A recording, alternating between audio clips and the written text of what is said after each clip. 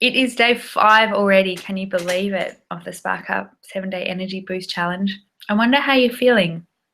I wonder whether there's been any insight that you've gained over the last 4 days around what simple things you could start incorporating into your daily practice to help you get more energy. Would love to hear from you, so keep talking. I've loved hearing all your insight and wisdom so far, and just feeling the difference that it makes when you really get permission to get empowered in terms of taking the well-being into your own hands and not relying solely on experts to tell you what to do. Awesome. Today we're going to talk about rest. And again, it's like one of the primary fuels we need, something that is often overlooked, but something that can make a really, really drastic difference.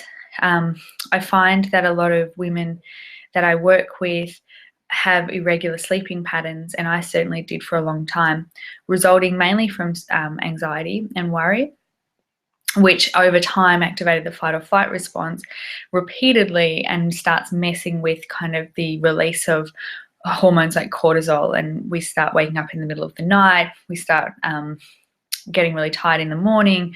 The normal kind of pattern of hormone release is interrupted, and it can often leave us feeling really, really exhausted. So making rest a priority, and here I'm not just talking about structured rest in sleeping during the night, but incorporating rest into your daily routine makes a really big difference. Remember the energy bank account. Rest is the greatest energy deposit we can make so that we can draw on it when we need. And we just simply think that we don't need it, that we can keep rushing around and that we can kind of not prioritize sleep to the point where we get so exhausted that we then have to sleep for 3 days straight. I certainly was stuck in that pattern for many, many years. So when we talk about rest, I'm talking not only about resting in the form of sleep, which is great for repair and relaxation. I'm talking about finding moments in the day where you can rest the body and rest the mind. Be that through meditation, be that through simply lying flat. I've talked about that before in terms of nourishing the adrenals. One of my favorite yoga poses as a yoga teacher is Viparita Karani, which is simply called legs up the wall pose, where you lie flat, say on the ground, and put your legs up the wall. I'll send a photo in today's email as well of that pose so you can practice. It's a really great one for nourishing the adrenals and getting the blood flow around those important organs in the abdomen. But rest can be simply when we allow our body some unstructured time where we're not worrying, where we're not rushing, where we're not thinking about the next thing, just finding 5-10 minutes, even learning how to nap, which I know for many of you seems impossible, but I work with a lot of mums and simply sleeping 8 hours a night isn't possible. So what moments in the day can you find to lie down or to sit in a chair and close the eyes and take some deep breaths and allow the body some space to relax and repair? One of the best tips that I learned was learning how to nap for short periods of time, so 15-20 minutes, enough to give the body a little bit of a boost and the cells some time to repair, but not enough that it's going to wipe out your whole day. And this is really when it comes down to priorities, because I know a lot of you might be sitting on the other end of the computer and being like, yeah, but I can't. I've got all of this stuff on. And let me tell you that there is nothing more important than rest. There is nothing more important than your well-being. And at the end of the day, if you're going to continue to draw on the energy bank account and not put deposits back in, then that is going to reap not only psychological and emotional consequences, but deep, deep physical consequences. And so, you know, you might feel guilty about it or all of that story that comes in, but let me give you permission to rest, because it's going to make you a much nicer human. It's going to make you a much more effective worker, a much better mum. And a lot of the times we run on this kind of adrenaline fight or flight cycle, and we don't simply have time to stop and be like, but why am I doing all of this? Like, what's driving me, and why do I need to constantly be moving and pushing and driving? And I'll talk more about that tomorrow. So if you are having problems sleeping, some little tips that might help.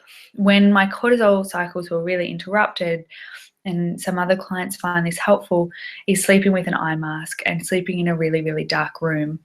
Anything that you can do to get up around the 8 or 9 hour mark per night is going to be really, really beneficial for your body. And over time, that deficit, that sleep deficit that you've created is going to be wound back, and you're going to feel more energy throughout the day. So an eye mask is a great one.